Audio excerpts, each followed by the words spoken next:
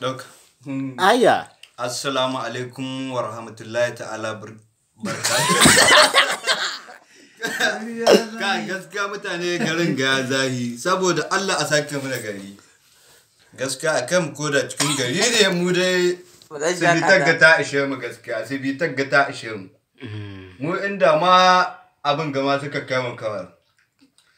Saboda Allah an kawo mu gadaji sai ta manar da mi da muka gaskiya ba a sake. Akashi.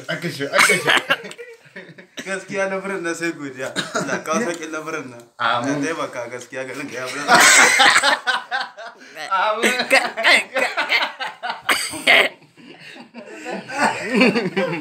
Gaskiya.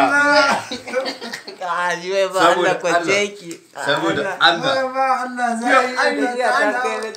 zai An ci waya ba dole ba a ƙona kwanci Hashim. Gaskiya. An ci waya ba dole ba a ƙona kwanci sai godiya. Gaskiya harkokin gaba. Gaskiya harkokin gaba. Kashe ba. cikin bargo ta kai mu. Gaskiya. Ka gaskiya. To Allah ya taimaka. Allah taimaka. Abu. Allah ne ka kawo mu dauki. Abu da alheri. Allah ka kawo mu tallafi. Abu. Gaskiya labarin Allah hagu. cewa mu tai Niger to Niger din ma ba ta shigowa. Wallahi gaskiya Allah taimaka. Allah ruwa asiri ka. Ga wasu da cikin farkuna ne. Allah hida mu daga gare shi. Abu Allah ka.